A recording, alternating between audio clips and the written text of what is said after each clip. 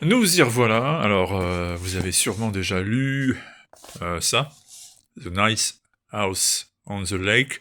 C'est l'un des succès majeurs de ces dernières années chez Urban Comics, avec un prix à Angoulême en 2024.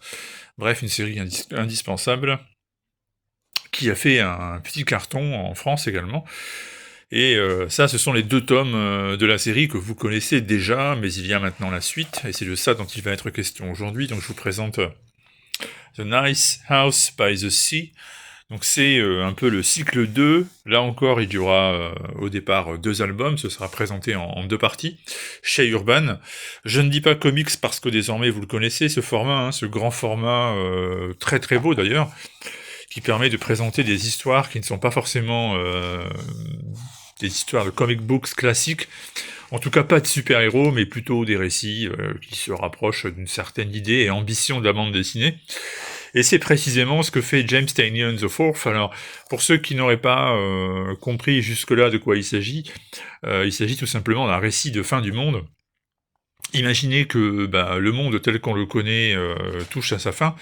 C'est donc définitivement terminé, mais il va y avoir des survivants, une poche de survivants, une dizaine de personnes qui ont été sélectionnées par un certain Walter, qui en réalité s'avère être une créature extraterrestre venue faire des expériences dont pour l'instant nous ne connaissons pas vraiment la finalité sur les êtres humains. Et ces 10 personnes sont préservées de la fin du monde dans un cadre idyllique, une espèce de paradis artificiel dans lequel ils sont censés vivre sans pouvoir évidemment en sortir, où tous leurs souhaits sont exaucés quasiment à l'instant, s'ils veulent n'importe quel type de nourriture, ou même modifier leur apparence physique, ils peuvent le faire. Mais autour d'eux, il n'y a plus rien, c'est la fin du monde. Comment vont-ils donc s'organiser? Comment les rapports vont-ils s'orchestrer?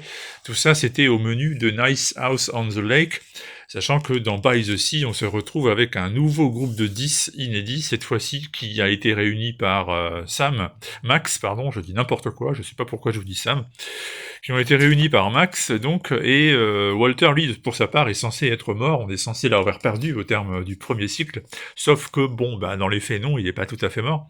Et nous allons donc, avec ce second cycle, voir un peu ce qui se passe dans la seconde maison, celle qui est donc au cœur de ce nouveau récit, sachant que la seconde et la première vont finir par se rencontrer, et les différents habitants vont finir par comprendre qu'il n'y aura pas de la place pour tout le monde, et que vraisemblablement le but de l'expérience est aussi de voir laquelle est méritante et laquelle doit subsister.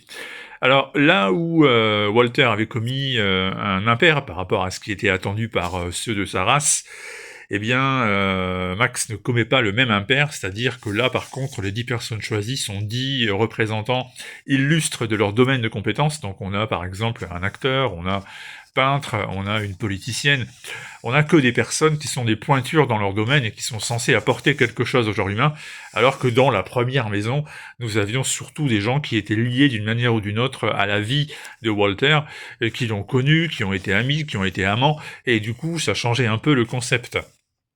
Qui va donc vraiment l'emporter? Ça, je peux pas vous répondre parce que ce n'est que le premier album de ce second cycle, mais néanmoins, vous allez vite comprendre en le lisant que ça ne va pas très bien se passer et que la mise en concurrence, ou en tout cas la découverte de voisins inattendus, ne va pas être sans avoir des conséquences très lourdes.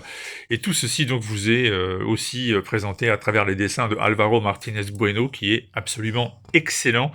Il livre là encore une prestation à la limite de la perfection, d'autant plus que la couleur qui est l'œuvre de Jordi Belair sert parfaitement le récit, donc on a vraiment affaire à quelque chose qui est artistiquement très très très abouti, donc une très très bonne histoire, avec le petit bémol quand même pour certains, qui est que, ça parle beaucoup évidemment, les personnages soliloquent énormément, on a l'impression qu'ils se confient au lecteur de page en page, et puis c'est parfois un peu difficile de savoir qui est qui, je vous recommande de lire attentivement, c'est vraiment pas un truc à lire comme ça entre deux passages aux toilettes.